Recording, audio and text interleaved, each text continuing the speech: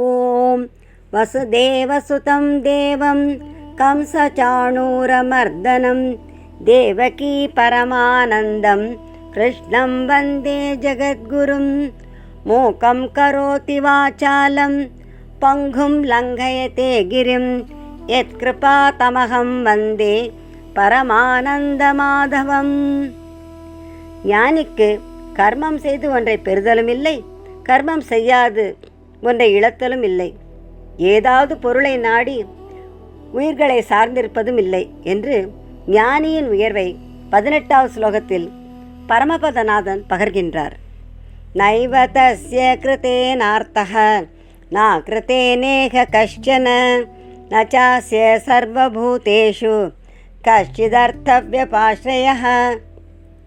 தஸ்ய அந்த ஞானிக்கு இக இவ்வுலகில் கிருதேன கர்மங்களை செய்வதாலும் கஷ்டன எந்த விதமான அர்த்தக பயனும் ந இல்லை, அக்கிருத்தேன ஏவ கர்மங்களை செய்யாவிட்டாலும் ந ஒரு பயனும் இல்லை. ச அவ்வாறே சர்வபூதேஷு உயிரினங்கள் அனைத்திலும் அஸ்ய அவருக்கு அர்த்த விபாஸ்ரேக தமக்காக ஆக வேண்டியது என்ற தொடர்பு கஷ்டித் சிறிது கூட ந இல்லை. முன் ஸ்லோகத்தில் ஞானிக்கு கடமைகள் எதுவும் இல்லை என்று வடபத்திரசாயி விளம்பினார். அதை உறுதிப்படுவதற்காக இந்த ஸ்லோகத்தில் அதற்குரிய காரணத்தை கூறுகிறார்.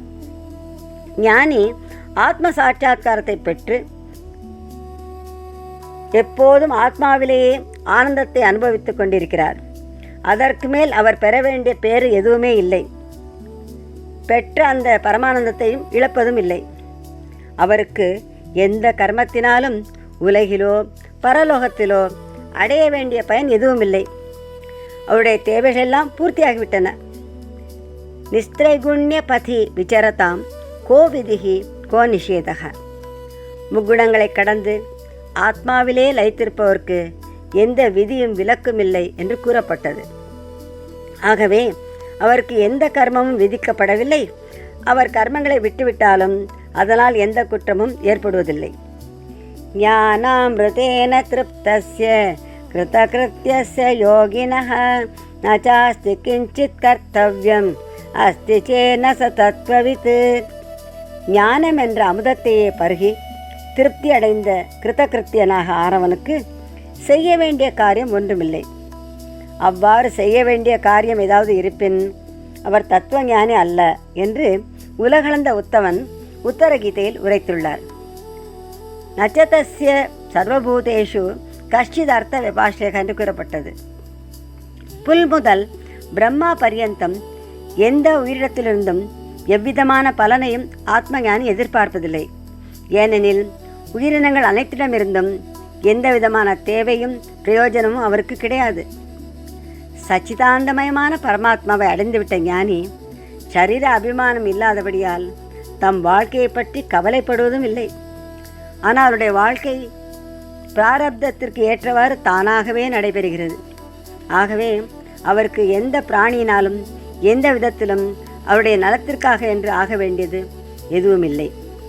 அவர் கிருத்தகிருத்தியனாக விளங்குகிறார். நைவ தஸ்ய கிருதேனார்த்தः ந கிருதேனேக கஷ்சன ந சாஸ்ய சர்வபூதேஷு கஷ்டிதர்த்த விபாஸ்ரயः. கர்மயோகத்தினால் எவ்வாறு எம்பெருமானை அடையலாம் என்பதை 19வது ஸ்லோகத்தில் வானார் ஜோதி மணிவண்ணன் விளம்புகிறார். தஸ்மாதசக்த சததம் காரியம் கர்ம சமாச்சர அசக்தோ ஹ்யாச்சரன் கர்ம பரமாப்னோதி பூருஷः. தஸ்மாத் ஆகவே அசக்தக பற்றின்றி சததம் எப்பொழுதும் காரியம் கர்ம ஆற்ற வேண்டிய கடமையை சமாச்சர செவ்வனே செய்து கொண்டே இருப்பாயாக.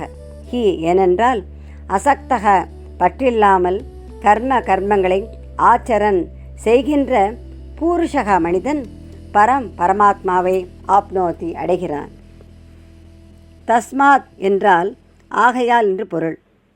தஸ்மாத் என்று சொன்ன சொல் முன்பு கூறிய சுலோகங்களின் தொடர்பை விளக்குகின்றது. இதுவரை சொன்னதையெல்லாம் கேட்டு சிந்தித்த உனக்கு சொதர்மத்தை கடைபிடிப்பது நலம் என்பது தெளிவாகும். ஆகவே அர்ஜுனா, இவனுடைய வர்ண தர்மத்திற்கு ஏற்றவாறு கடமையை செய்யத்தான் வேண்டும் என்பதை எல்லாம் உணர்த்துவதற்காக தஸ்மாத் என்று கூறினார். அசக்தம் கர்ம சமாச்சர, எல்லா கர்மங்களை செய்வதிலும் அவற்றின் பயனாக கிடைக்கும் போகங்களிலும் பட்டுதலை விட்டு கடமையை ஆற்ற வேண்டும் என்று அர்ஜுனனுக்கு அனந்த பத்மநாபன் ஆணையிடுகிறார். பட்டுதலை விட வேண்டும் என்று சொன்னதில் ஆசையை விட வேண்டும் என்பதும் அடங்கியிருக்கிறது. ஏனெனில் பட்டுதலிலிருந்துதான் ஆசை உண்டாகிறது. தியாயதோ விஷயான் பும்சக சங்கஸ்தேஷு பஜாயத்தே சங்கா சஞ்சாயத்தே காமஹ. பொருட்களை சதா நினைத்து கொண்டிருக்கின்ற புருஷனுக்கு அவற்றிடம் பற்று உண்டாகின்றது, பட்டினின்று ஆசை தோன்றுகிறது என்று 2வது அத்தியாயமான சாங்கிய யோகத்தில் ஷியாமளமேனி பெருமாள் சாற்றியுள்ளார். சததம் என்றார். சததம் என்றால் எப்பொழுதும் என்று பொருள். நகி கஷ்டித் க்ஷணமபி ஜாத்து திஷ்டத்தை அகர்மக்கிறது. எந்த மனிதனும் கணநேரமும் கர்மம் செய்யாமல் இருக்க முடியாது. ஆகவே சததம் என்ற சொல்லின் மூலம் நீ எப்பொழுதும் எதையாவது செய்து கொண்டிருந்தாலும் அத்தனை கர்மங்களிலும் அவற்றின் பயன்களிலும் பற்றுதலின்றி அவற்றை செய்வாயாக. எந்த காலத்திலும் எந்த செயலிலும் பற்றுடன் ஈடுபடாதே என்று உணர்த்துகிறார். காரியம் கர்ம என்று எதை கூறுகிறார்? வர்ணம், ஆசிரமம், இயல்பு, சூழ்நிலை இவற்றுக்கு ஏற்றவாறு எந்த கடமையை ஆற்ற வேண்டுமோ அதைத்தான் நீ செய்ய வேண்டும். பிறருக்கு விதிக்கப்பட்ட கர்மங்களையும் சாஸ்திரத்தில் விளக்கப்பட்ட கர்மங்களையும் காமிய கர்மங்களையும் செய்யக்கூடாது என்பதை உணர்த்துவதற்காக காரியம் கர்ம என்றார். பரமாப்னோதி என்று யாரை கூறுகிறார்? பற்றினை துறந்து கடமைகளை செவ்வனே செய்பவன் கர்ம பந்தத்திலிருந்து விடுதலை பெற்று பரமபுருஷனான பரமாத்மாவை அடைகிறான். ஆகவே அர்ஜுனா, நீ உன்னுடைய கடமைகளை பற்றில்லாமல் செய்யத்தான் வேண்டும் என்று அலர்மேல் மங்கை நாதன் ஆணையிடுகிறார். தஸ்மாத் அசக்த சததம் காரியம் கர்ம சமாச்சர அசக்தோ ஹ்யாச்சரன் கர்ம பரமாப்னோதி பூருஷஹ. பற்றற்று கடமைகளை ஆற்றுவதன் மூலம் பரமாத்மாவை அடையலாம் என்று கூறிய காவேரி ரங்கன் இந்த 20வது ஸ்லோகத்தில் ஜனகர் முதலியவர்களை சான்று காட்டி கடமைகளை ஆற்றுவதே ஏற்றது என்பதை எடுத்துரைக்கிறார். கர்மணைவ ஹி சம்சித்திம் ஆஸ்திதா ஜனகாதயः லோகசங்கிரகமேவாபி சம்பஷ்யன் கர்த்துமர்ஹசி.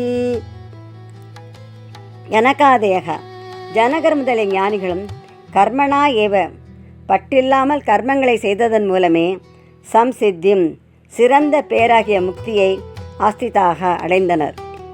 லோக சங்கிரகம், உலகத்திற்கு வழிகாட்டுவது, சம்பஷ்யன் நன்கு மனதில் கொண்டு, தும் அப்பி நீயும் கர்த்தும் ஏவ, கர்மங்களை செய்வதுதான் அர்ஹசி, உனக்கு உரிய செயலாகும்.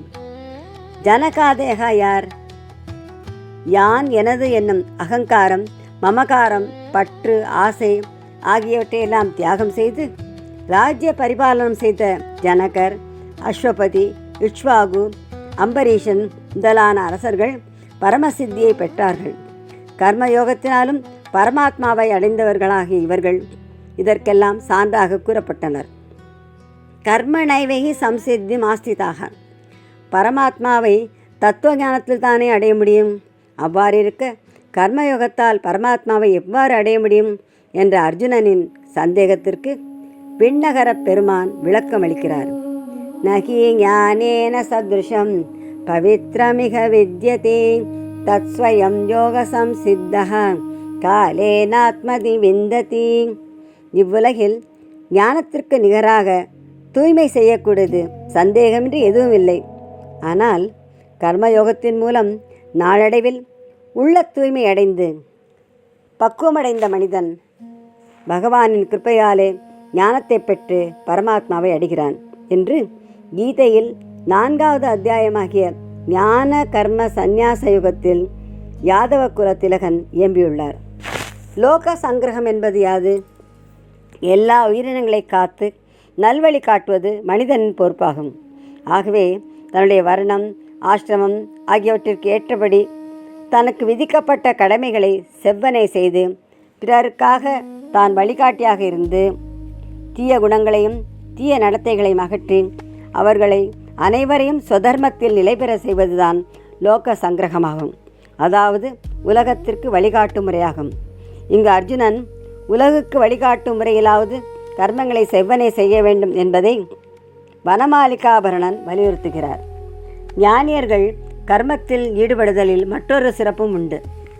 குருடனுக்கு வழிகாட்ட முடியாது. கண்ணுடையவன் தான் கண்ணில்லாதவனை கையை பிடித்து அழைத்து கொண்டு போக முடியும். ஞான கண்ணுடையவர் கர்மத்தை திறம்பட செய்ய வல்லவராவார்.